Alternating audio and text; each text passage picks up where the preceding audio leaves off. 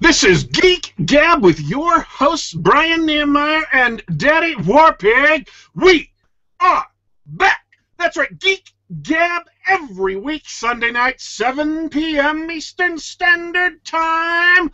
1 hour of all play, no work, anything geeky goes. Broadcasting to you live, as always, from the secret bunker deep underneath the House of Geekery. By the way, you can catch me, Daddy Warpig, online on Twitter at Daddy_Warpig, at Daddy_Warpig, and you can catch Brian also on Twitter.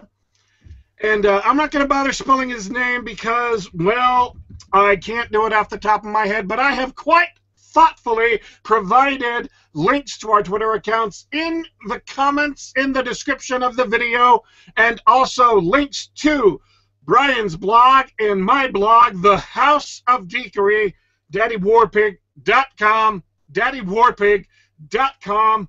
All of it's good, all of it's fun, all of it's interesting. Check it out. I'm going to stop, as is my wont at this point in the show. I'm going to stop to take a small sip of water and allow Brian to get a word in edgewise. Go for it, Brian.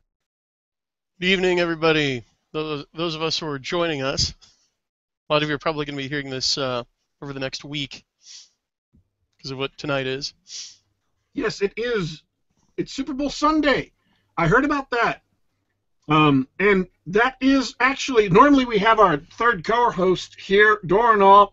He is not with us this week because, well, his wife is a fan of the Seattle Seahawks, and so he is sitting there watching the Super Bowl with two teams he doesn't really care about. So our sympathies go out to Dornall, despite the fact he chose not to come on the show tonight.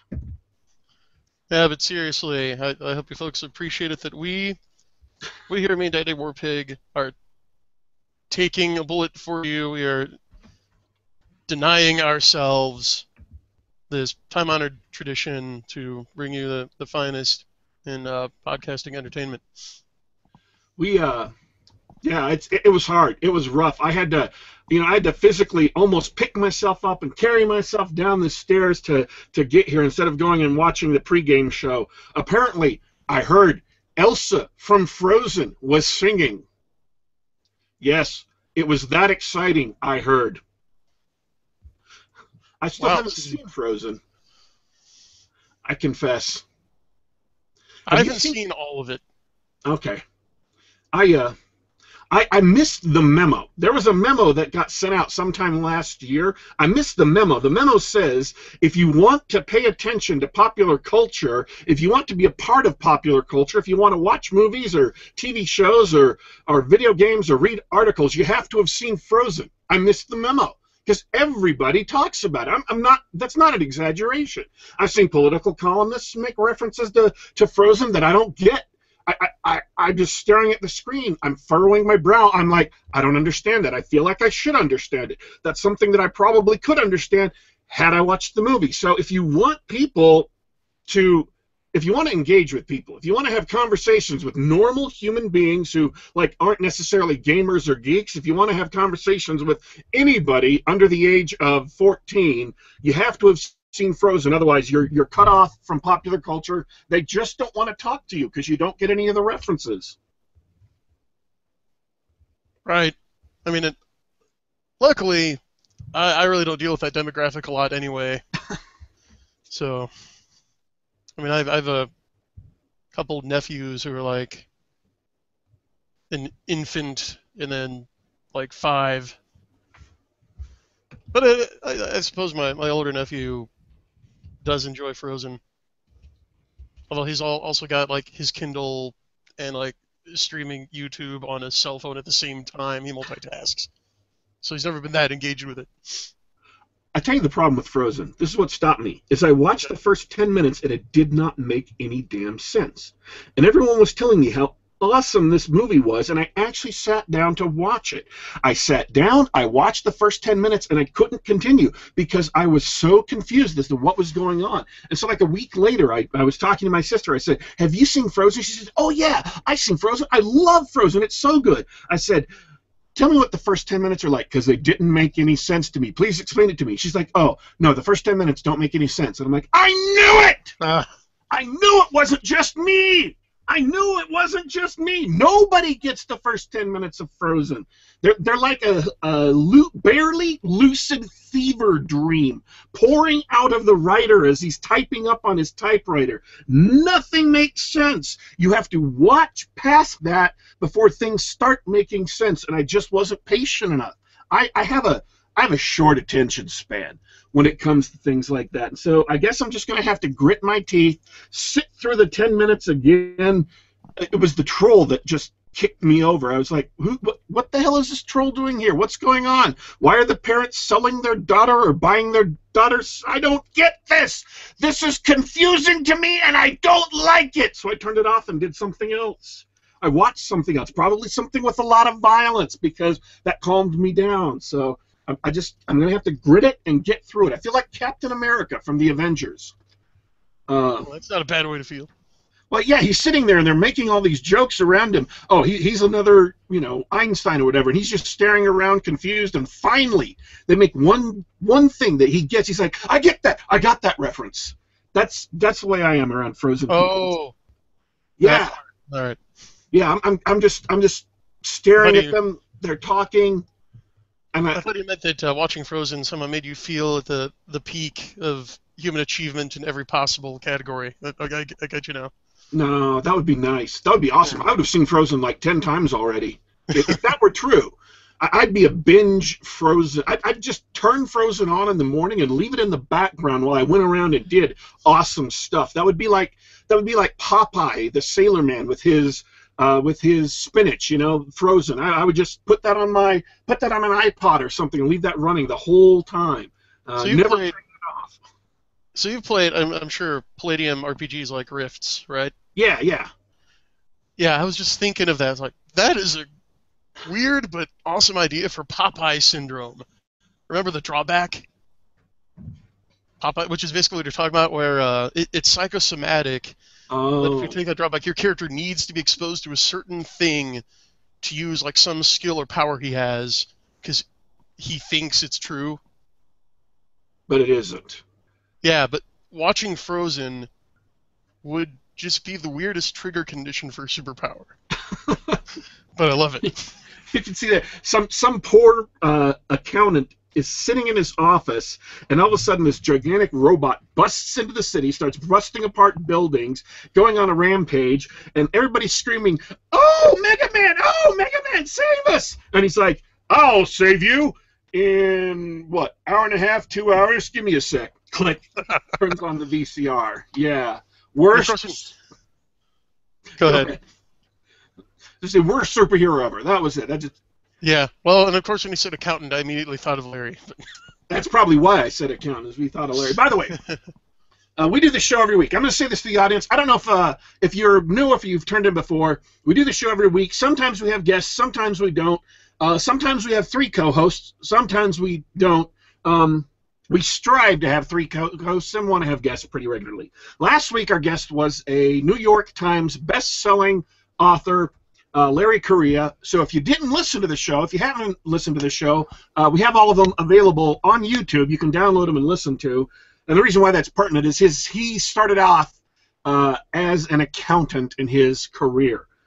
So that's why this has come up. But you should listen. We do a good job on the shows. We've had some great guests on. Larry was a killer guest. Had a lot of interesting stories to tell. If you're a fan of speculative fiction, you like science fiction, fantasy, horror, whatever, check his books out. They're awesome. They're fun. They're exciting. He's a pistol. He is. He was. He was a great guest.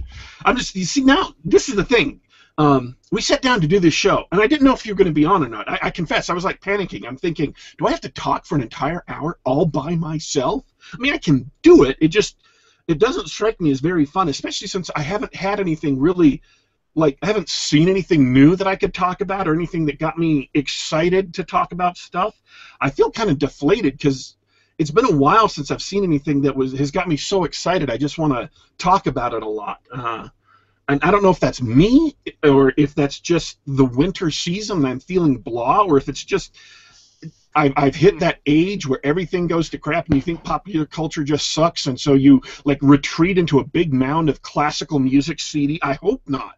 I'd hate to have to do that if that was like how old I'd gotten to, where they start mailing you free classical music CDs because you can't listen to pop music anymore, or if it's really just that popular culture has started to suck so bad that I can't stand it anymore, which would be, I don't know, as depressing or more depressing. But that's the point I've reached, is nothing is just kicking me in the engine so hard that I want to talk about it. I'm like, yes, I want to go on the air, I want to talk about this. But you had something that did that to you, right? Am I wrong? Was that just a misinterpretation? No, it's not just you. And first of all, it's not depressing if pop culture really does suck. That just means you have good taste. Okay. Well, that's reassuring. Yeah, I really haven't listened to like top 40 radio or watched MTV, really consumed any mass media outlet in probably about 10 years, honestly.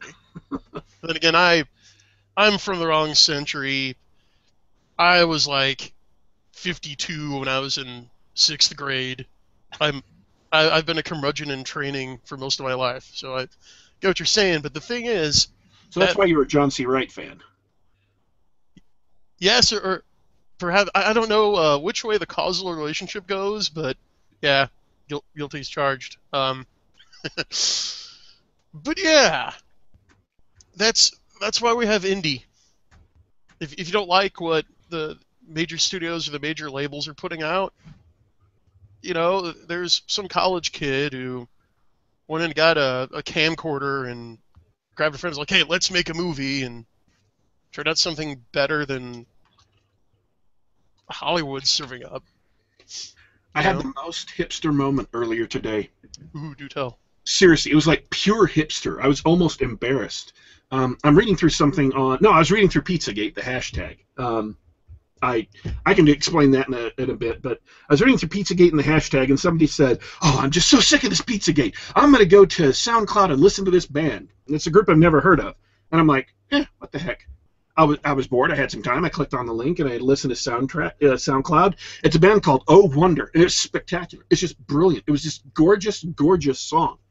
And then I went through and I checked out the other songs they had on SoundCloud. They only have 6 songs, like ever. They're a brand new group.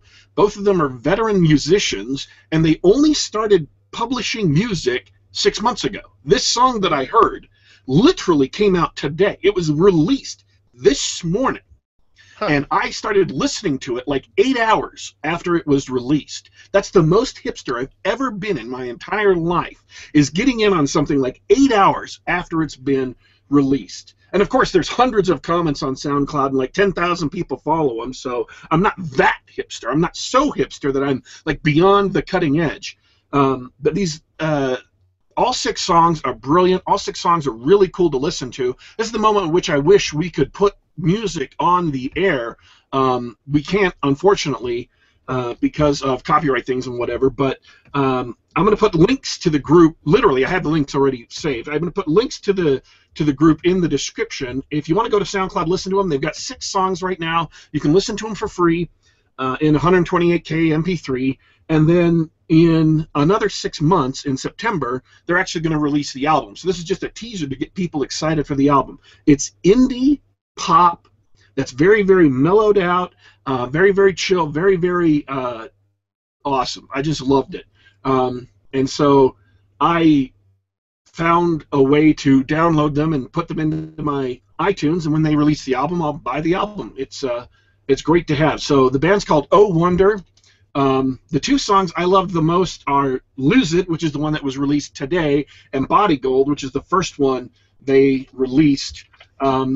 And it's actually modern pop culture that if you start listening to it now, they're almost unknown. So you can get that, that frisson of being just a tiny little bit hipster without being so arrogant that you think you're better than everyone else because so few people know about the group right now. Well, I can understand the appeal of saying I listened to it before they were cool, before they were known. Yeah, I don't really get that. I don't get that because I don't care.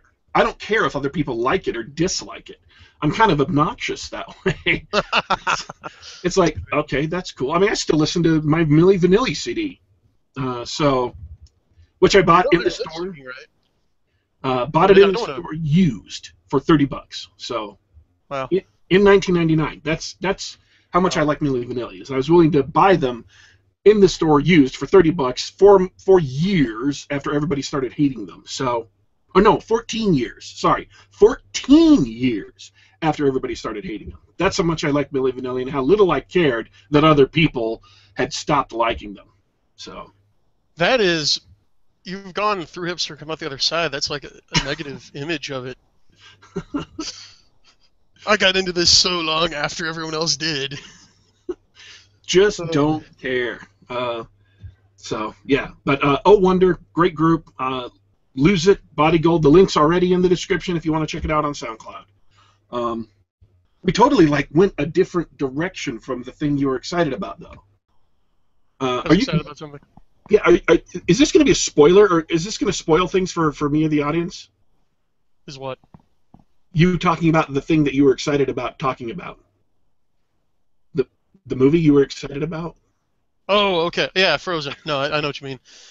Well, if you guys remember, last week Larry recommended us a film which he said had the best knife fight ever put on film, and that was The Man from Nowhere.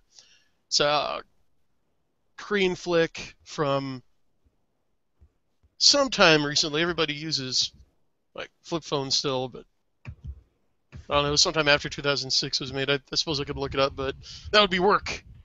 It had to do a spoiler-free sort of take on it. It's an action movie. It's 2010. Thank you. See, that's why we keep you around. Yes. But the fastest fingers on IMDb. Absolutely. You got to be. I can understand. You've been training pretty intensively lately. You'll have to explain Pizzagate later because I don't know what that is, but it sounds delicious. That's half the fun of Pizzagate is people showing up going, "What the hell is this? What the hell is that?" Yeah. So anyway, yeah, The Man from Nowhere. It's pretty much about, it starts out with your typical gangland stuff, drug running with the twist of illegal organ trade. Organs sometimes obtained after the manner of the old urban legend of, waking up in a bathtub full of ice with a note saying, "Get to the ICU quick." But, yeah, there's some twists and turns. It mainly reminded me, at least the first half, of The Professional with Sean Reno and Natalie Portman. Okay. Because there's a cute little, street urchin kid involved who kind of gets mixed up with this hard case, and, then emotional leverage ensues. So again, I don't want to spoil anything, but yeah, I got to agree with Larry. That was an epic knife fight. Multiple participants, quite an array of weaponry. Because it wasn't just knives, it also involves hatchets and other sundry implements, which you stick into soft things that scream and bleed. But yeah, it's exciting. I definitely recommend it. It's on Netflix now. It is available for streaming on Netflix. Yes. So if you have a Netflix account, and it might be available for streaming on Amazon, I'm not sure. I only had time to look up Netflix while Brian was talking. I think Jordan all said, because I talked to him earlier, and he thought it wasn't, or at least it wasn't free on Prime, so miles by there. And just because I have easy access to the copy and paste key, I'm going to copy and paste the Netflix link into the description so you can, if you have Netflix, you can just click on the link and it'll open up automatically in your Netflix in the browser, because, you know, that's the level of customer service we provide around here. Cool. Is it subtitled, or was it is it dubbed? Oh, I'm glad you brought that up, because that's the weirdest thing. Me and my buddies were trying to find a version of it to watch on Friday, and we saw that there is a version on YouTube, but it's just the raw Korean. So, but we noticed there were subtitles at certain points. We're wondering, that's odd, because those aren't English subtitles. Those are like Chinese or Japanese subtitles or something. So we found the version on Netflix, and we specifically sought out a subtitled version. So there might be a dub. I'm not sure, but dubs suck. So yeah, I'm that kind of movie snob. But yeah, we got what was ostensibly the subtitled version. So, you know, Korean dialogue with English subs. But then there were a few curveballs in there, because it turns out that like half of the characters are Vietnamese, and they're speaking Vietnamese, so Okay. they're subtitled in Korean during their scenes, whether you get the dub or not, probably. And then there's one guy, just one dude, who speaks all English, yet everyone else understands him and replies in their native language, but he only speaks English. And they just don't do anything for him. Like, hey, you can hear this guy just fine. He projects okay. So it's very cosmopolitan. It's a polyglot movie. I just checked on Amazon. It is not available right now on Amazon streaming, on Amazon Prime. It's listed, but it's listed as currently unavailable. So. Okay. And we're like we should be getting paid from these companies for referring stuff like this. Can we set that up?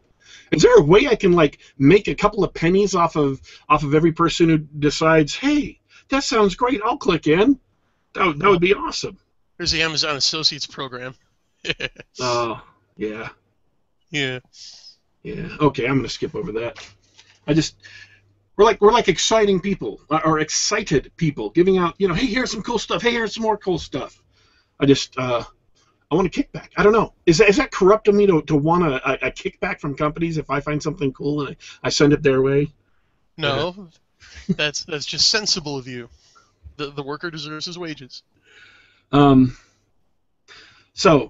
Man from Nowhere. Was there anything else you saw or played or read this week that struck you as being particularly cool? Well, I just for the first time started reading Stephen King's It, the original 1985 novel. Okay. It's a original. doorstopper. It is. I was going to say, or AKA the original 1985 phone book. Because I've seen the miniseries, you know, both versions of it. So I actually watched it when it first came on TV in like 1990. I was there glued to my TV every night watching it, and then I've seen the trimmed down version where they just show you everything that happened in 58, and then part 2 is everything that happens in 85. And it doesn't jump around Tarantino style. That's terrible. Yeah, it's not great. That's half the fun of the movie. I know. Or I mean of the book. Well, the movie and the book. Yeah, and did you hear that they're going to be filming a feature film remake of it this year? I had heard that. If it doesn't have Tim Curry, I'm just not really interested. I don't know, man. It sounds interesting. Curry's great. Did you ever hear the story about when they were doing like initial screen tests with him in the clown suit, and they had additional prosthetics? It wasn't just a clown suit. Like they had, you know, red slitted reptilian contact lenses, and then like fake vampire teeth. You know, good-looking fake vampire teeth, but still fake fangs. Right. And you know they're trying to have him reverse his lines, and after a while he called timeout, and they're like, well, then what's the matter? And he said, well, look, guys, you know, I'm trying to give it everything I got here, but these appliances are really getting in the way of my performance. They're like, well, come on, you know, we have these specially made. You know what the prop guys spent on these? You know, they're scary. They make the characters. Like, well, tell you what, let's try it my way. Let's do a run without the appliances, just the clown suit, and I guarantee you, I can make it scary.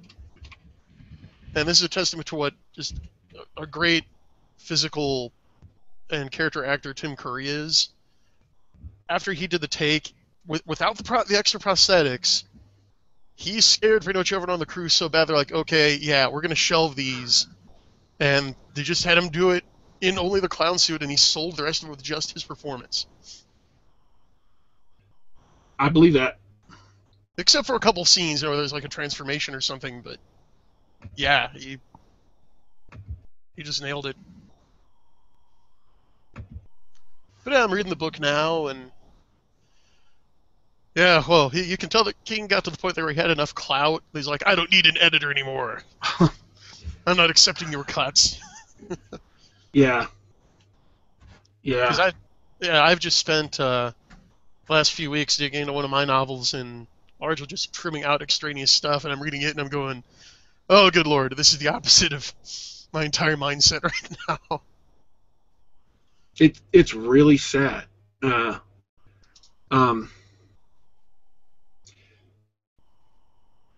am just drawing a blank on his name now. Dean Arkuntz. Sorry, I was thinking it's the other guy. They killed off all the horror writers in America, got gathered together in a big auditorium in 1986, and they killed all of them. So the only people who survived were Dean Arkuntz and Stephen King and Peter Straub. Every other horror author in the country just lost their career. They're dead. They're gone. They're buried.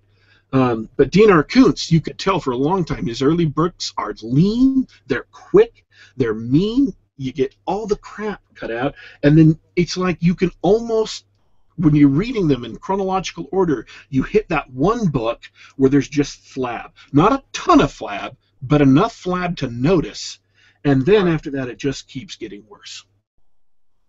Yeah. I mean, that, and that's what I've heard happens, is that when you're a green young newbie just coming up in the world,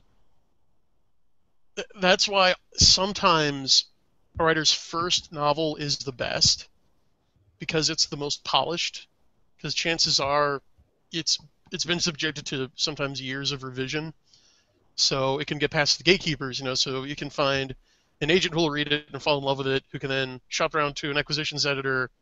Well, actually, probably first an intern who will read it and love it, but then eventually an acquisitions editor. Then the acquisitions editor's got to convince the publisher, and more importantly, the marketing guys, that this book is worth it. So that book needs to be all it can be. But then, if you actually do get lucky enough to build a fan base and get onto some bestseller lists, if you get enough clout, writers really hate third parties messing with their babies. You know what I mean? Like, each word is just as important as the last. So, yeah, they start being able to say, you know what, thanks for the suggestions, editor, but nah, I'm not going to cut anything. Sorry. At some point, the lady who was writing, J.K. Rowling, hit that. And you can really tell in the last, 2 or 3 novels, especially the last one of the Harry Potter series. Yeah, I've heard. It just needed... They spend half the book camping in the woods whining to each other.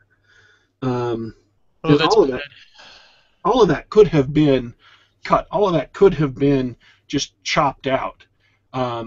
Because there wasn't anything happening that told us anything we really needed to know. It's what most people nowadays call character development, which is 2 characters sitting around emoting at each other. And that's not character development. That's just dialogue. And dialogue is important. It can be great and exciting. It can pop. It can give you a sense of a character just quickly. But at the same time, if all they're doing is sitting around yapping at each other, you just get bored. In case you're just joining us on Geek Gab, Warpig and I are currently second-guessing the career moves of people far more successful than we are.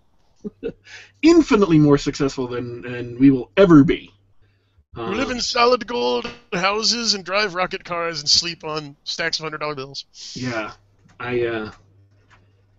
but I mean, even like Tim said in Galaxy Quest, it doesn't take a great actor to recognize a bad one. Right. And it doesn't take a great author to recognize when somebody who's an author has put flab in their work. One of my favorite movies is That Thing You Do. Oh yeah. Tom Hanks. And there's two versions of it. There's the theatrical version, and then there's the director's cut. And Oh. the theatrical version cooks. It moves along at a rapid-fire pace. Each scene builds on the next logically. You don't need any more connective tissue, and it just moves. And that's what the movie's. That's why it's fun. That's why it's exciting. Is because this is a rocket rise to stardom, and the speed at which the movie works makes you as slightly disoriented and giddy as the events that are happening to the characters. If you'll allow me to get way off into, into Please. pure artistic abstractness. That's why the movie works. The director's cut has extra material added all over, and it kills the movie. It's no longer fast-paced. It's no longer fun. It's no longer exciting. It's not a ton of extra material. It's just the tiniest amount of extra material just kills the entire movie. And it was just an eye-opener to me when I saw it, to realize how very, very little, like 10 or 30 seconds added to a scene, turns something that's fast-paced and exciting to something that is flabby and slow, and then to translate that into writing anything is just a real eye-opener when you realize it does not take all that much to make something slow and boring. You're right. Oh, and by the way, so I just found an article on 2015 remake of It. Okay. So it looks like they got Cary Fukunaga, who directed Jane Eyre in 2011. Okay. And, he is slated to begin principal photography on the first of 2 films based on It. And he's been signed on as co-screenwriter. He might not direct the second one, but yeah, they're going to do it in 2 parts. And yeah, it looks like the first one is going to be the 1958 story, and the second part is going to be the 1985 story, at least right now. No! That's the wrong way to do that. It sounds risky. And I'll tell you why. The fun of It. I can't say this anymore because it's been so long I don't remember. I could probably help you. Is that how the book goes? No. No, it starts off in the modern day, weird shit starts happening, and then you hit flashbacks. No, not quite. It just jumps around and head hops all over the place. It starts with Georgie Denborough in 1957, actually. Like in October. It starts with the little toy boat going down the gutter. Okay. That little paper boat. And yeah, then it goes to modern day, and then it goes to like 1980, and then 1906, and well, actually, chapter 2 is 85. The incident where those dudes throw that guy off a bridge. Okay. But yeah, the point is, you're right. It's non-linear. It goes back and forth and sideways. It's almost Falconerian at points. Oh. But yeah. Stephen King can pull that off because he's just so talented.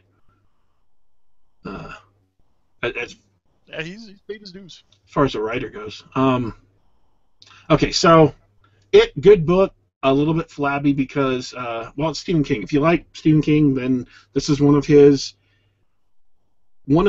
good, really good books before he started getting way, way out there. Like Dreamcatcher was terrible.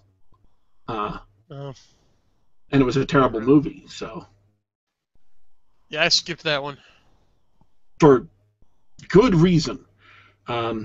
Stephen King killed me off being a fan when I read the last 3 or 4 books, the last 3 books of the Gunslinger series, and I haven't read anything he's written since then. Apparently, he got like genius after that, but those 3 books are terrible, and I just stopped reading Stephen King after that. I don't fully blame you because I tried reading through The Dark Tower. I forced my way through Wizard and Glass, which I think is book 4. Yes. which is just the flashback. It's like 90% flashback. Yeah. And then, yeah, I got like 2/3 of the way through Rules of the Caliber. Like, okay, I got to put this down now. I'm done, and I haven't finished the Dark Tower. And I've heard what the ending of the Dark Tower is. Like, I'm glad I didn't finish the Dark Tower. But since then, I have read 11/22/63, which came out in 2011. That's really good. That's the one about the assassination of JFK. Yes, that I actually first heard about in like Stephen King's afterword to The Gunslinger Born, the Jay Lee comic book adaptation of Wizard and Glass, oddly enough. Which I owned. I own, actually. Awesome. It's in one of my boxes. Sweet. Okay. Did you enjoy that book? Oh, yeah. I thought that was incredible. The comic adaptation was amazing. I thought it was much better than his book. Okay, I'm glad it's not just me. That's exactly what I thought. Because I read the book first, and they're like, oh, hey, here's a Gunslinger comic, and I was reading it, I'm like, wait a minute. Because it took me a minute to realize what it was. I'm like, this works. Stephen King should write more comic book scripts like American Vampire. I thought that was good, too. But, yeah, so 11/22/63 is really good. The good thing that came out of Wolves of the Kala, the one redeeming quality, is he finally developed the Baroque pseudo-English tongue enough to where you could sprinkle those phrases in with any normal sentence and make it feel foreign enough that you know you're on an alien planet, but familiar enough that it's readable for English readers. And the reason why that's important is because when they went back to write the comic, they had all of that language available that they could stick in there that wasn't in the original novel. And so it makes the comic, which is just the backstory, or just the flashback, so much more textured and interesting to have those idioms, those turns of phrases, all of that just sprinkled in here and there. It's not ladled on.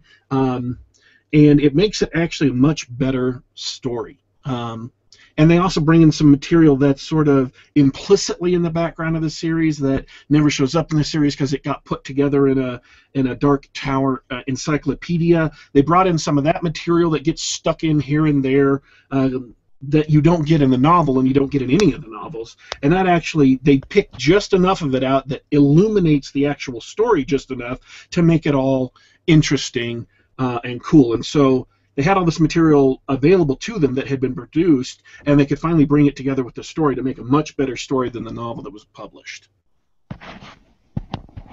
That's fascinating. And I agree. That did start to happen. Now that I'm thinking about it, that by the fifth book, the world was lived in enough that all those secondary world elements started to feel organic and natural. You know what I mean? And that's a real difficulty when you're writing a story. You want the audience to be aware of important or just colorful aspects of the world. Like, if in this world women are in charge of law, they are lawyers, they are negotiators, they are, judges, but they're not in charge of military or government. You want characters in there, they know about it, and you need to communicate that to the audience. And ideally, you want to communicate it in a completely transparent way where it doesn't stop the story. They don't have to read long blocks of texts, but it doesn't seem arbitrary or awkward. That's the ideal. That's what you want to get to, is just a naturalistic way of embedding it in the characters where you, the author, know it well enough that the characters know it, that they just act like that's the way it's supposed to be. They accept it as natural, and the audience finds out about it because it's natural. That's the way things are. And what you're describing is that Stephen King had finally reached the point where he knew the world well enough that the gunslinger could just be who he was. And if you read the first 2/3 of the book, you read all the good parts of the book.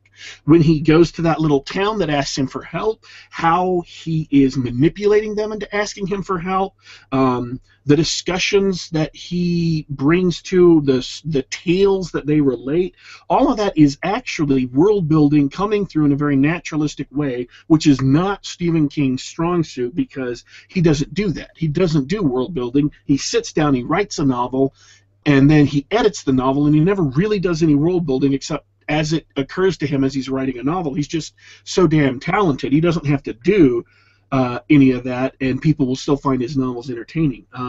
Yeah, what he doesn't do is outlining beforehand. Yeah. He's a pantser, as they're called. So he made up this world. He made up, what do they call it, Midworld.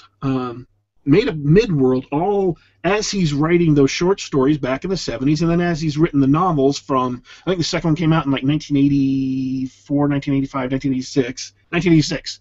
And then as he's been writing the novels, he's been developing the world more and more, and finally reached the point where he could naturalistically depict it in that fifth novel, and then they had that material available. That's why the first 2/3 are all right, and the last third just went off the rails. That's when everything started to fall apart.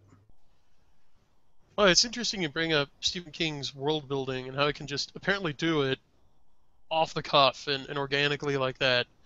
Another writer that I talked to, James May, once summed up speculative fiction world building better than anyone I've ever heard, and to horribly butcher what he said, it's about constructing a set of rules and then trying to game your own system in interesting ways to solve a problem. Yeah. So, yeah, really, really simple metaphor here. So you could picture a secondary speculative world as just a room, a 10 by 10 room with 4 walls.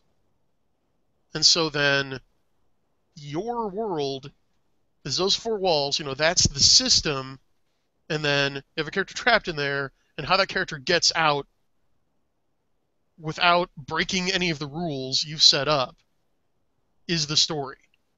There's the character, the conflict, the world building. And you can't just, have a genie suddenly materialize, like, okay, I'll teleport you out of here. No, you've got to have the character be resourceful and do what the character can with what the character has.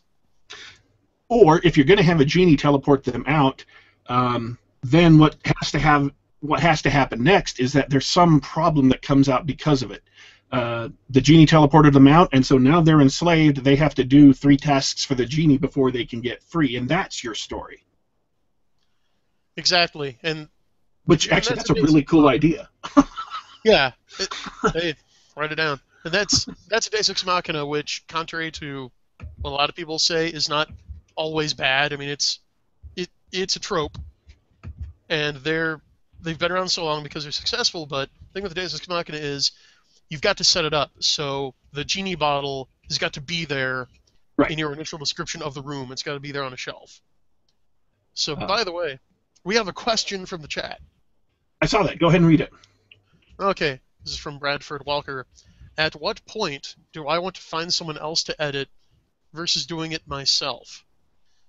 That's an excellent question, because a major problem that a lot of budding writers have is they answer that with never. They never get another set of eyes on it. Either they do a draft and then never show it to anyone, put it in a shoebox, put it in the closet, and forget about it. Or on the other end, there are some really cocky folks who think, oh, I nailed this, and then they just put the raw manuscript out on Amazon or something. And it contributes to the tsunami of crap out there, because 90% of everything is crap. I'm going to make a statement with absolute, utter certainty and authority that you should be aware this is not based on anything personal that I have myself done, but is rather based on hearing opinions from other authors. This would be my first answer. You want to send it out to a professional editor that either you pay or somebody else is paying to edit your manuscript after you've put it through your writing group. If you don't belong to a writing group, join a writing group, let them read your novel 1 chapter at a time, and when you've gone through and done all of that, you don't have to do it 2 or 3 times. 1 time is enough with a writing group. When they've done that, then if it's good enough that you think it's good enough to take to publishing, then you want to have some kind of editor take a look at it. Very good, yeah. That's a good opinion, and your mileage will vary. It depends on the writer and the skill level and the genre and type of story. What I do is I do a first draft.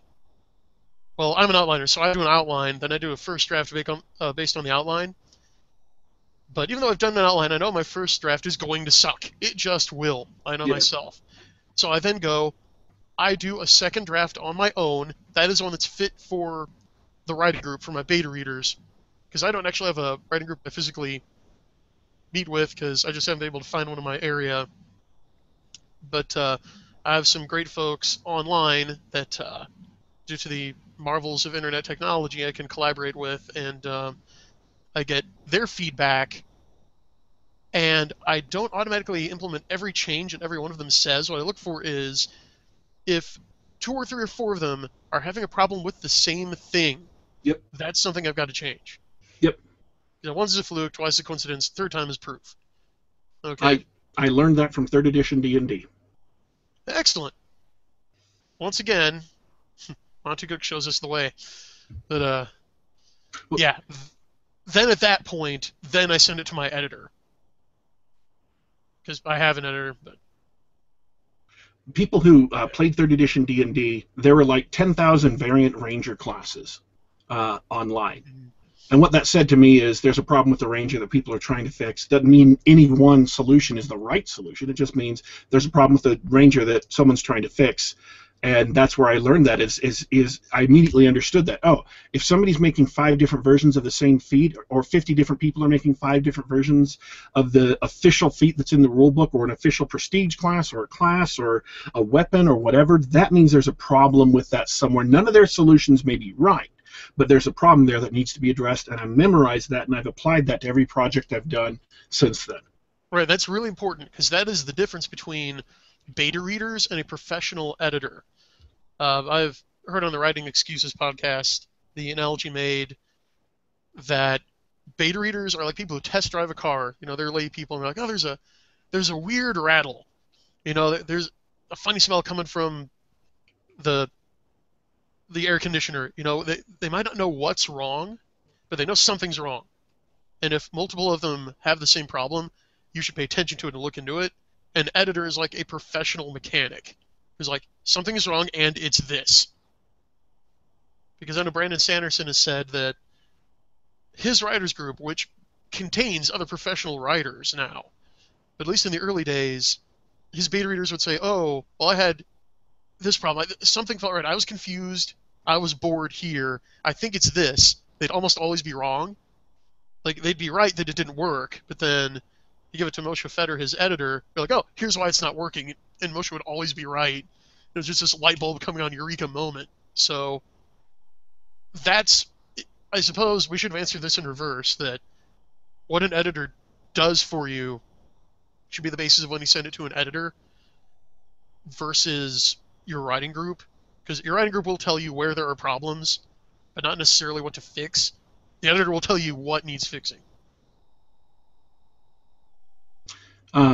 And I would say one of the things implicit in that discussion is that a writing group is not 2 people or 3 people. You should have, you don't want to have too many people, but you want enough people with different enough opinions so that you actually reach that, 2 to 3 people objecting and showing you a problem. So 5 to 10 people.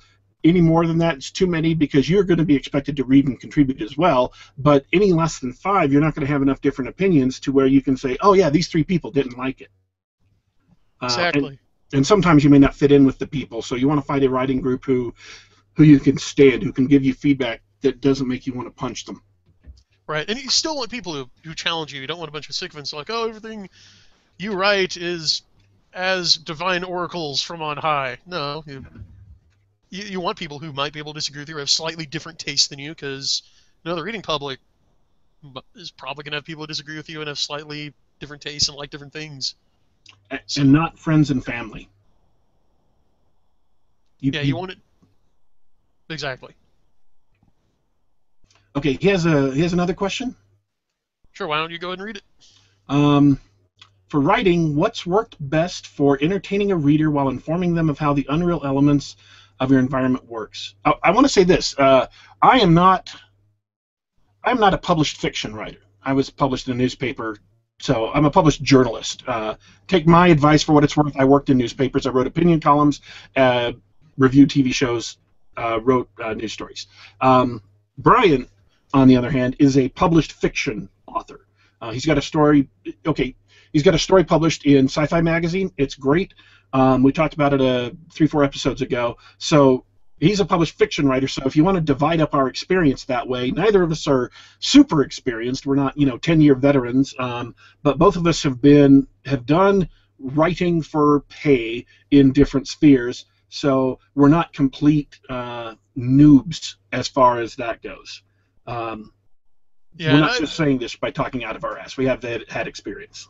Yeah, and I think there's a bit of overlap too, because like you're working on a role-playing game and a short story now. I've been published in my local newspaper a few times for editorials, so there's also some overlap. I mean, at some point, the basic mechanics of writing has some carryover. So no, I think your qualifications are just fine. Daddy Warpig, don't even worry about it. So, do you want to tackle this question first, or should I? Yeah, and actually, it's a more fundamental question than that, because people act like world building is a strange thing that you add on for speculative fiction, and that's all you need. It's bullshit. And let me tell you why. You have to do world building for a mundane novel, completely normal novel set in the modern world. What kind of world building do you have to do? Well, who is your character? When was he born? What does he look like? What job does he work? Is he married or divorced? Does he have kids? Is he, what are his hobbies? What does he like? All of that is world building. All of that is information about the character that lets the audience make sense of the story, of the world in which the story is occurring. Some of them may be important. Some of them may not be important. Some of them may be red herrings to distract the audience from what you're really doing. And so people all the time act like world building is this completely bizarre thing that only exists in science fiction and fantasy, and it doesn't. It exists in every story. So the question you're asking is, how do you let the audience know what's going on with a character's life without being boring or pedantic or lecturing? And I would say this: people are going to tell you action reveals character. And they will say, well, you're going to give your character, the persona you're writing about, you're going to give them situations that they have to do things in, and how they make their choices shows who they are and what's going on. And I want to take a step back, because I think there's something more fundamental than that. And it applies whether you're writing in first person, third person, omniscient, or close third person being the most common. Attitude reveals character. Mm-hmm. So you are writing about your character. He goes into a store, and there is a woman there with her hair cut in a mohawk. Your character will have an opinion about that. Maybe he doesn't notice it and he doesn't care. Maybe he notices it and he thinks, I walked into the store, the lady behind the counter had an awesome mohawk, and I thought, yeah, that's great. That's a terrible writing, by the way, but I'm just doing this off the top of my head. Maybe he's disapproving, but he thinks, oh, that's okay, I understand she's young. Maybe he's attracted to her. He thinks, oh, wow, I want to hit on her and get her phone number. Maybe he's repulsed. He thinks, people today are wearing their hair all ugly. I hate it. His attitude, the way he describes her, does he describe her as the cute alternative chick behind the counter? Does he describe her as the multicolored maned freak standing at the window? Both of those phrases tell you different things about who this person is, right? Just the description that you use of a specific situation, of a specific event or object or person they encounter, lets you know how they feel about that other person. And I'm only talking about one detail of your question, because your question is really complicated. It could take a lot of time. But let's say you're writing in a fantasy world, and elves and dwarves hate each other. So what you want to do is realize when you're writing your elf, when he's reacting to dwarves, he should describe them in disapproving or condescending or contemptuous ways. Describe them as pikers or shorty or whatever, whatever curse words are available to you. maybe a little bit more was like complicated. What? Go ahead. I'm sorry. I was like Peck. Peck, yeah. If you want to go a little bit more complicated and you're feeling guilty because he's trying to break free of his elven culture, you could have his first reaction be, this short son of a bitch walked up to me, and then he feels guilty. He's like, oh, wait, no, I shouldn't have thought that. And that reveals something different about the character. And so that's just one specific way to make setting details implicit, is how you describe things in close third person or first person. They work better than in third person omniscient, which is old fashioned now and not very often very used, so I'll just put that to the side.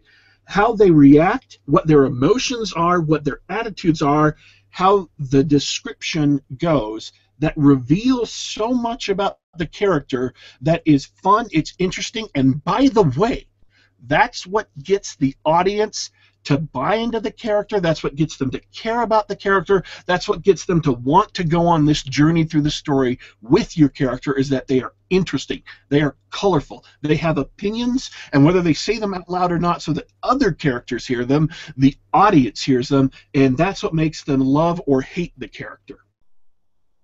Brian. Yeah, that actually is a really good point. That's what I was going to say. It's almost easier to give him advice for what not to do when revealing secondary world elements. And again, it goes for the races, the magic system, the geography. One thing is, like with the magic system, if magic is normal in this world, if it's basically the technology, then you got to be extra careful because people won't think it's weird, and they'll think like, oh, my fireball spell didn't work with the same sort of downcast irritation as the power going out in your house. But what you don't want to do, what you do not want to do, is, like you said, go into omniscient narration and deliver a treatise on the history of magic and how it works in your world, and just do this aside that breaks up the flow of the narrative, that breaks up the pacing. So you really can't get away with just delivering some exposition on history from the narrator and a speculative work, unless you're Mike Flynn, and you're not Mike Flynn, so probably should stay away from that. Should probably do what Warpig said and try to get it across through the action and character reactions. One short you can do is come up with a character, a type of character called the Watson, who is someone less experienced and less in the know than the protagonist is, who can ask, well, what did you do there? Explain that to me. And that's kind of a cheat. You can have the wizard explain how magic works briefly to the Watson, who doesn't know how magic works. Or Harry Potter. So basically get a layman and an expert and pair them together. If your main character is Harry Potter, where he's never been in the magic world before, and then you can just explain things to Harry Potter while, also explaining them to the audience. Yeah, exactly. You get a two for there. Really quick, because I've only got like 3 minutes left. I really want to tackle Brad's final question here. Okay. Okay.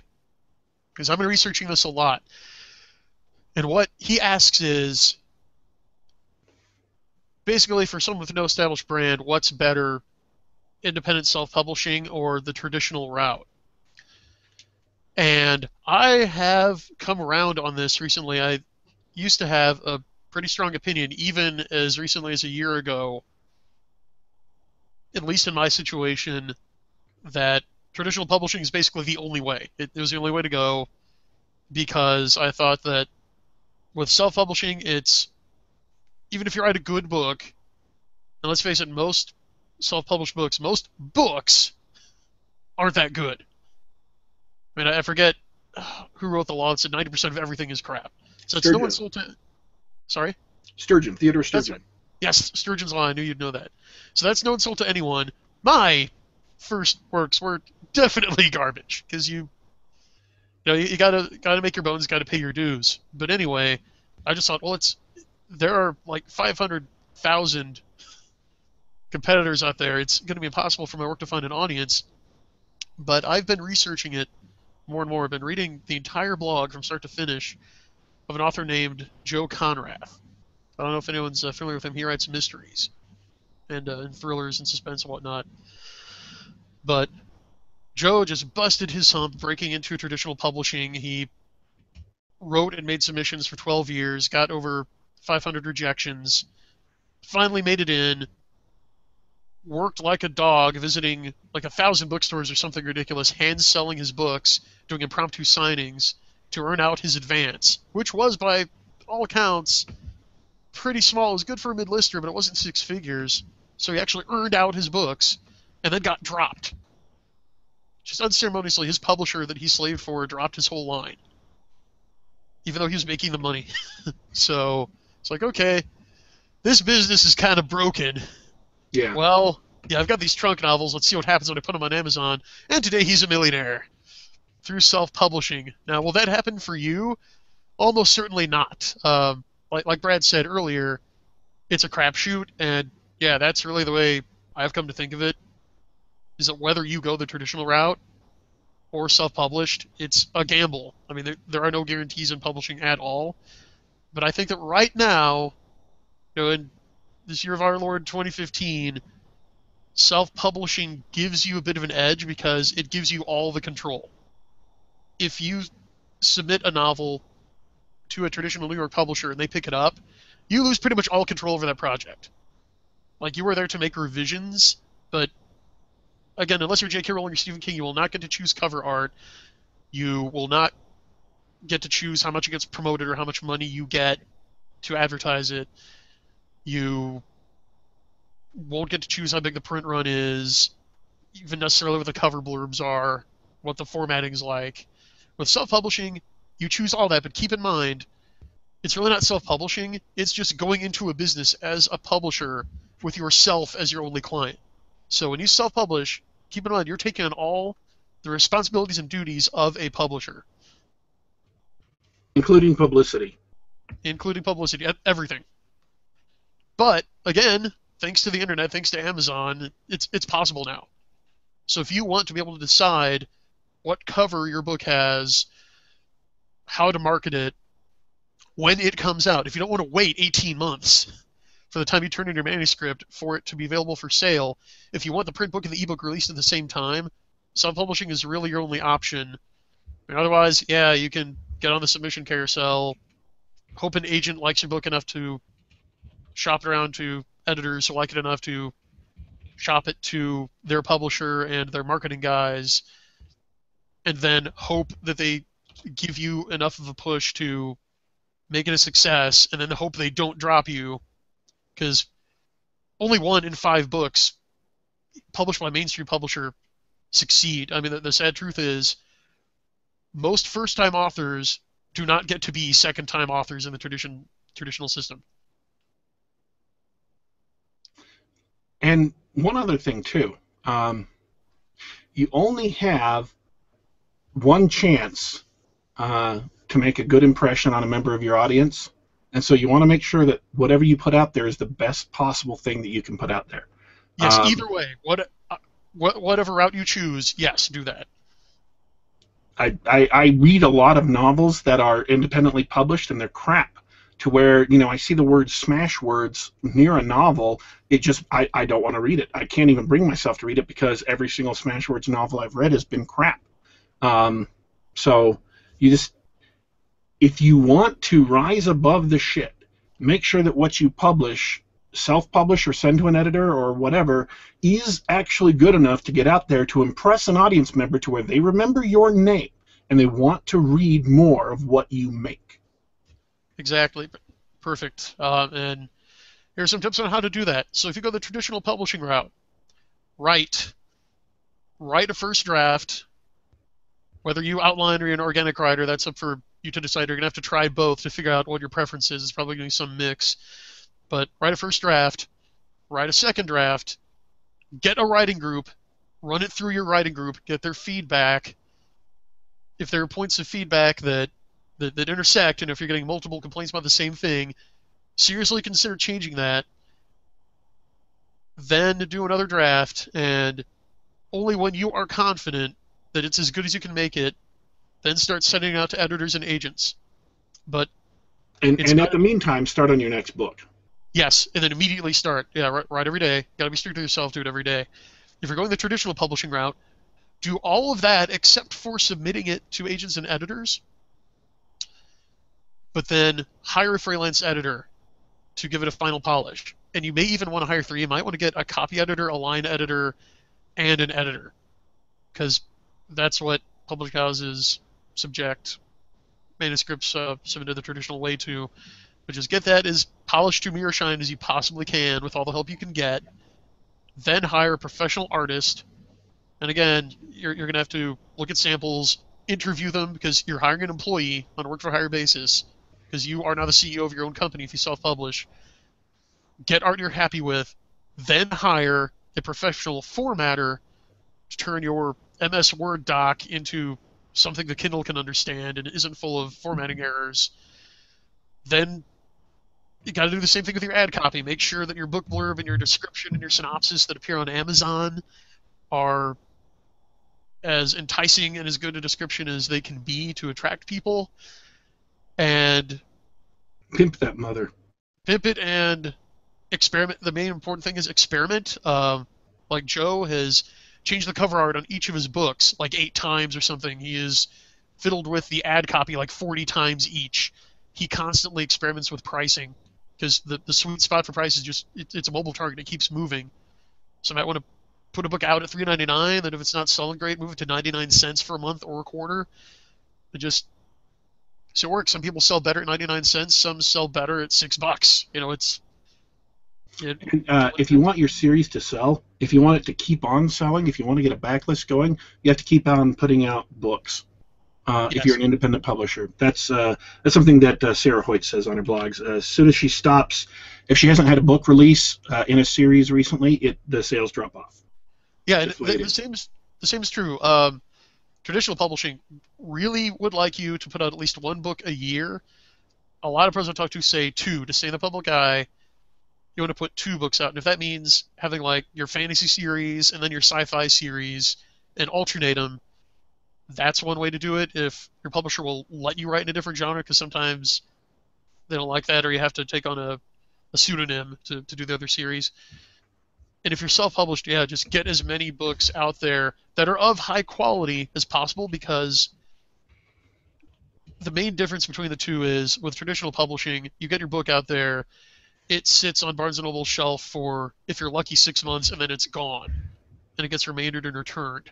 And that is your window to make sales. So traditionally published books spike in sales when they're first released and then precipitously decline. With self-publishing, it's the opposite. Because there's unlimited shelf space on the internet, you're getting into what's called the long tail. You know, you're in it for the long haul. It's a marathon, not a sprint, as Joe Connick likes to say. So get as many books on your digital bookshelf as you can, because each one exponentially increases your likelihood of being found by a fan. They're like, oh, I like this guy. I'll go back and read his back catalog. So you're totally right. You want to build a big online presence and give potential readers a lot of choices, a lot of chances to find you. Okay, we have got to go because we are over time, which very rarely happens here at the show. Here at Geek Gab. Do you have anything? We got on a subject I like to flog. Do you have anything else you want to say before we head out? Oh, I've said enough. Okay. Thanks for the questions, Brad. They were awesome. By the way, Joe Conrath, the millionaire self-publisher, I put a link to his blog in the description, so you can go check that out. And let's get going. Okay, this is Geek Gab. We're here every Sunday night, 7 p.m. Eastern Standard Time, 1 hour. Anything geeky goes. All play, no work. You can check out all our back shows. We've got them up on YouTube, and this show will be up shortly after we get off the air. You can read me, Daddy Warpig, at daddywarpig.com. You can read Brian. The link, his blog is called Kairos. The link to that is in the description because I can't spell his name. If you like the show, subscribe, click the up thumb. You can catch both of us on Twitter. Brian Niemeier is, and me, Daddy Warpig. I'm at Daddy_Warpig. Both of those are in the description. And the House of Geekery at daddywarpig.com. We appreciate you all turning in. Tell your friends about us. Have them check us out if they like it. If they love it, come back again. We are here every Sunday. We are signing off. We will be back.